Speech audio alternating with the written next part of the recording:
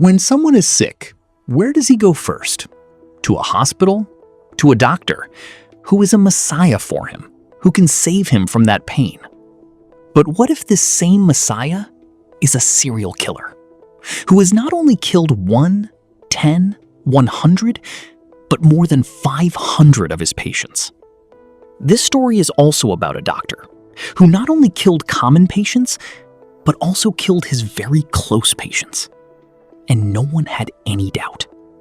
And maybe it wouldn't have happened if he hadn't made a small mistake. Today's story is about Dr. Harold Shipman, who opened a clinic after completing his studies in medicine, not so that he could save people, but so that he could take people's lives. In a small city, Hyde, he did serial killing under everyone's noses for 23 years, and no one had any doubt. Maybe he would never have been caught if he hadn't made a small mistake in the computer. But why did he do all this? And why did he keep killing innocent people? Let's find out. Harold Shipman was born on January 14, 1946, in Nottingham, England. Shipman studied medicine at Leeds School of Medicine and then graduated from the University of Leeds. Shipman started his professional work at Pontefract General Infirmary, and then in 1974, he went to Todmorden, where he worked for the first time as a general practitioner at Abraham Ormerod Medical Center. While practicing here, he was caught prescribing a large amount of a drug called pethidine to his patients. Pethidine is a painkiller that is very addictive. He did not prescribe this pethidine to his patients, but for himself, because he was addicted to it. He would give a little medicine to the patient and keep the rest with him, while his patients did not need so much medicine. The purpose of giving this medicine was to attract people towards him. When a drug was given to a patient without his knowledge, he would feel better, and he would think that Dr. Harold Shipman's medicine is working. After he was caught, Dr. Harold was suspended, and his medical license was also suspended. However, Shipman apologized, paid a fine of £600, and voluntarily entered a rehabilitation program. Because of that, his medical license was not permanently revoked. After completing rehab, he convinced everyone that he had changed. In 1977, he moved to Hyde, Greater Manchester, where he once again began working as a general practitioner. During this time, he didn't completely give up drugs, and he also didn't immediately begin killing elderly patients.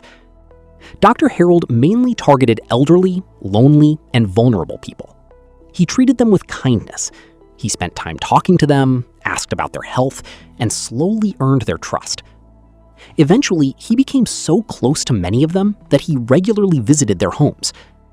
During those visits, he learned everything: their daily routines, who lived with them, their family members, their friends, and even details about their property. Once he had gained their complete trust, he would overdose them with drugs and kill them.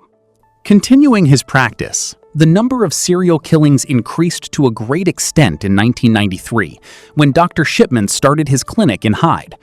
For many years, this matter went on like this. Finally, in 1998, Dr. Linda Reynolds suspected Dr. Shipman. There was a hospital near Dr. Shipman's clinic, the Brook Surgery, and Dr. Linda Reynolds used to work in that hospital. Dr. Linda doubted the death count in Dr. Shipman's clinic. According to Dr. Linda, Dr. Shipman had 16 deaths in 3 months in an ordinary clinic, whereas in a big hospital like Brook Surgery, only 14 patients had died, even though the hospital had 3 times more patients. This doubt was further confirmed when it was found that the 16 patients who were killed by Dr. Harold were not buried. Instead, they were cremated so that there was no evidence. Usually, Christian people bury their loved ones. Very few people cremate them. But in this case, 16 patients were cremated. Dr. Linda expressed this doubt in the form of a letter to the Manchester coroner. She put all her doubts in front of him. The most important thing was that Dr. Shipman was with those patients at the time of death, and the majority of the dead were old women. All these things reinforced that doubt.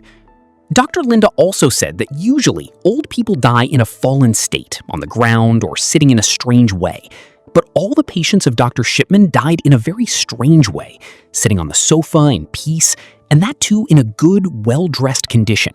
And either Shipman was with them or he was the last person who had met them. Based on these concerns, an investigation was launched. Authorities looked into Dr. Shipman, but because the bodies had been cremated and his relationships with the patients appeared completely genuine, police couldn't find enough evidence. After about a month, the investigation was closed. Whenever one of his patients died, Dr. Shipman signed the medical cause of death certificate. But for cremation, another document, known as Form C, also had to be signed. Shipman often persuaded close doctor friends to sign those forms as well, allowing the bodies to be cremated without raising any suspicion. Even after such a major investigation, Dr. Shipman didn't stop. He went on to murder 3 more people, but by then, his time was running out. The final victim in his murder spree was Kathleen Grundy, the former mayor of Hyde. She was found dead in her home on June 24, 1998, under similar circumstances. Once again, the last person known to have seen her alive was Dr. Shipman. This time, however, Shipman's own greed became his downfall.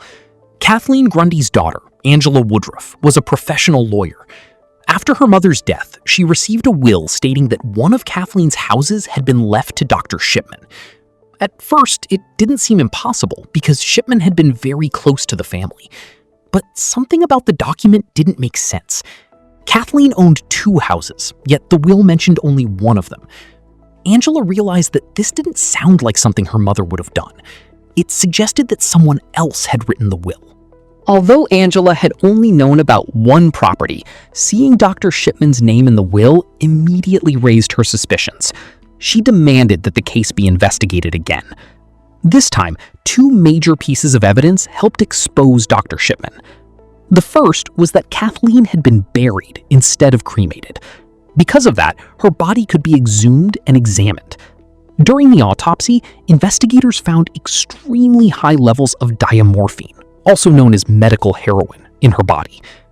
When questioned, Dr. Shipman claimed Kathleen had been taking diamorphine herself and that he had already recorded this information in her computerized medical records before her death. But that's where he made his second mistake. Shipman had recently started keeping computerized medical records. Although Kathleen had actually died on the 22nd, the computer record showing this information had been created on the 24th. The automatic timestamp proved the medical notes had been entered after her death. That alone wasn't enough to convict him. But when police searched Shipman's home, they discovered the typewriter used to create Kathleen's forged will. The machine had a unique defect that caused certain letters to print incorrectly. Those exact same printing errors appeared in Kathleen's will. On September 7th, 1998, Dr. Harold Shipman was arrested. As investigators dug deeper, they reopened the cases of many of his former patients. New post-mortem examinations revealed that many of them had also died from lethal doses of diamorphine. Yet, on their death certificates, the official cause of death had simply been listed as old age. The investigation became one of the largest in British criminal history. Authorities reviewed hundreds of patient records, conducted post-mortem. The official inquiry concluded that between 1975 and 1998, Shipman had murdered at least 218 patients. However, because many bodies had been cremated and many deaths could never be fully investigated, experts believe the true number may have been much higher.